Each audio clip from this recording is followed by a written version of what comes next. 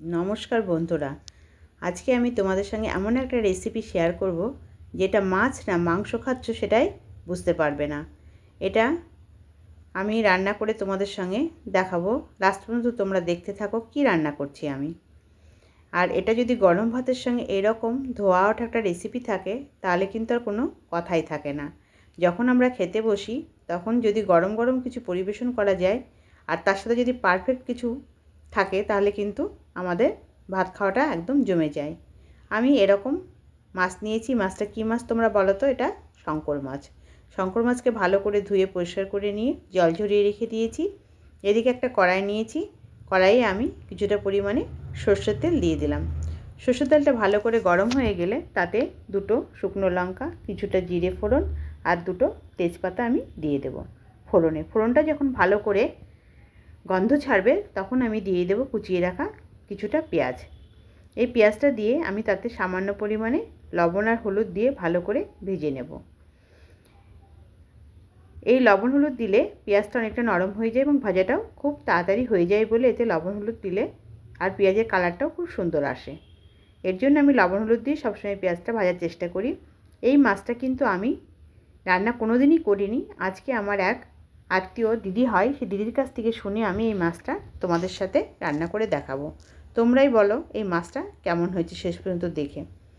এরকমভাবে নাড়াচাড়া করে নিয়ে যখন ভালো করে পেঁয়াজটা ভাজা ভাজা হয়ে যাবে ততক্ষণ পর্যন্ত সে আমাকে নাড়তে বলেছে এবং পেঁয়াজ থেকে যখন কাঁচা গন্ধটা চলে যাবে তখন পর্যন্ত আমি পেঁয়াজটা নাড়াচাড়া করে নেব। এরপরে আমি কয়েকটি টমেটো দিয়ে দেব কেটে রাখা।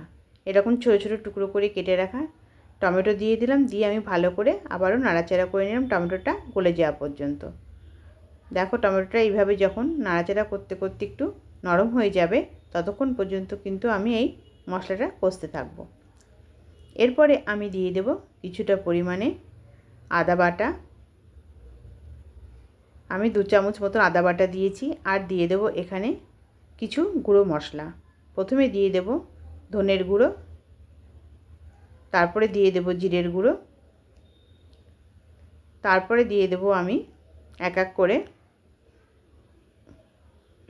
এমনি লঙ্কার গুঁড়ো, লাল লঙ্কার গুঁড়ো, এরপরে দেব আমি কাশ্মীরি লঙ্কার গুঁড়ো।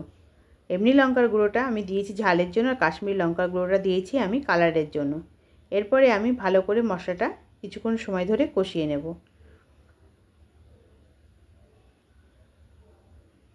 আমি মাছটাকে কিন্তু ভাজিনি। সে আমাকে মাছটাকে না ভাজতেই বলেছিল বলে আমি মাছটাকে না ভেজিয়ে আজকে রান্না করে তোমাদের সঙ্গে দেখাবো। এরকমভাবে মশলাটা যখন কষানো হয়ে যাবে এবং মশলা থেকে তেল ছেড়ে দেবে ততক্ষণ পর্যন্ত ভালো করে কষিয়ে নেব। দেখো আমার মশলা থেকে তেল ছেড়ে দিয়েছে এবং মশলার কাঁচা গন্ধটাও চলে গেছে। এরপরে যে মাছগুলোকে ধুয়ে পরিষ্কার করে রেখেছিলাম সেই মাছগুলোকে আমি দিয়ে দেব। মাছগুলোকে দিয়ে আমি যেহেতু এতে লবণ হলুদ মাখাইনি, এরপরে আমি সামান্য মাছের উপরে লবণ আর কিছুটা পরিমাণে আমি হলুদ দিয়ে দেব। দেখো আমি কিছুটা পরিমাণে হলুদ দিয়ে এরপরে আমি মাছগুলোকে ভালো করে নাড়াচাড়া করতে থাকব। এরকমভাবে আমি মাংস যেমন কষিয়ে নেই ঠিক সেইভাবে আমি কিছুক্ষণ সময় ধরে এরকম কষিয়ে নিতে হবে মাছটাকে। হাতে সময় নিয়েই কিন্তু মাছটা রান্না করতে হবে, তাড়াহুড়ো করলে কিন্তু মাছ ভালো হবে না। এইভাবে আমি বারবার নাড়াচাড়া করে নেব এবং যাতে দেখব তলে না লেগে যায়। এবং মাছটা কিন্তু কোনো রকম যাতে ভেঙে না যায় সেভাবেই আমাকে নাড়তে হবে। দেখো মাছটা আমি কিছুক্ষণ বাদে ফিরে এসে যখন দেখলাম তখন দেখলাম অনেকটাই কষানো হয়ে গেছে। এবার কালারটা অন্যরকম চলে এসেছে মাছের।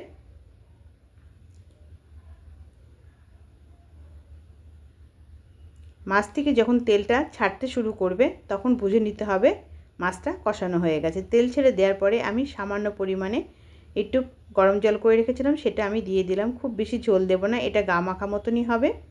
এর জন্য আমি অল্প ঝোল দিয়ে ভালো করে নাড়াচাড়া করে নিলাম এবং যাতে সমস্ত মশলা এরকম ঝোলের সাথে মিশে যায় সেরকমভাবে দিয়ে আমি এটাকে কয়েক মিনিট ফুটতে দেব। আমি কিন্তু এর মধ্যে আর কোনো রকম মশলা অ্যাড করব না।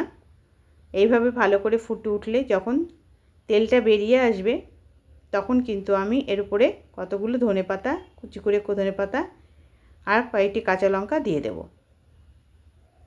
কাঁচা লঙ্কাগুলোকে দিলে কিন্তু খুব ভালো স্বাদ হয়, এর জন্য প্রথমে আমি কাঁচা লঙ্কাগুলোকে দিয়ে ভালো করে নাড়াচাড়া করে নেব।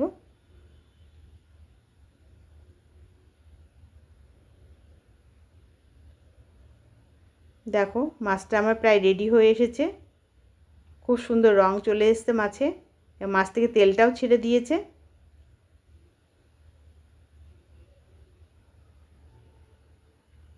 এইভাবে আমি আরও 2-4 মিনিট ফুটিয়ে নেওয়ার পর উপর থেকে কুচি করে রাখা ধনেপাতা সেটা আমি দিয়ে দিলাম।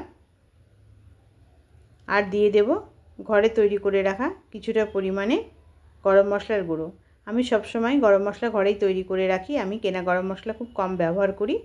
এইভাবে আমি গরম মশলা দিয়ে একটু নাড়াচাড়া করে নিয়েই কিন্তু আমি এটাকে নামিয়ে নেব। দেখো গরম মশলাটা মিশে যাওয়া পর্যন্ত আমি নাড়াচাড়া করে নেব, যাতে সমস্ত মাছের মধ্যে এর গন্ধটা ছড়িয়ে যায় এবং খেতেও বেশ ভালো লাগবে এই গরম মশলার জন্য। দেখো আমার মাছটা রেডি হয়ে গেছে, এরপরে আমি এটাকে নামিয়ে নেব। তোমরা চাইলে এর মধ্যে কিন্তু রসুন দিয়েও রান্না করতে পারো, রসুন দিলে কিন্তু অন্যরকম স্বাদ হয়, আর রসুন না দিলে কিন্তু অন্যরকম স্বাদ হয়। আমি আজকে রসুন দিইনি, রসুন ছাড়াই কিন্তু এটা আমি মাছটা রান্না করলাম। এবং এটা আমি এক দিদির কাছে শুনেই তোমাদেরকে প্রথমেই বলেছি রান্না করেছি, তোমরা খেয়ে বলবে কেমন হয়েছে। এরকম যদি হয় তাহলে তোমাদের কেমন লাগবে সেটাও কমেন্ট করে জানাবে। আর খেয়ে যদি তোমাদের ভালো লাগে তাহলে লাইক শেয়ার কমেন্ট করে দেবে, আর বেশি বেশি করে সাবস্ক্রাইব করে দেবে। টাটা।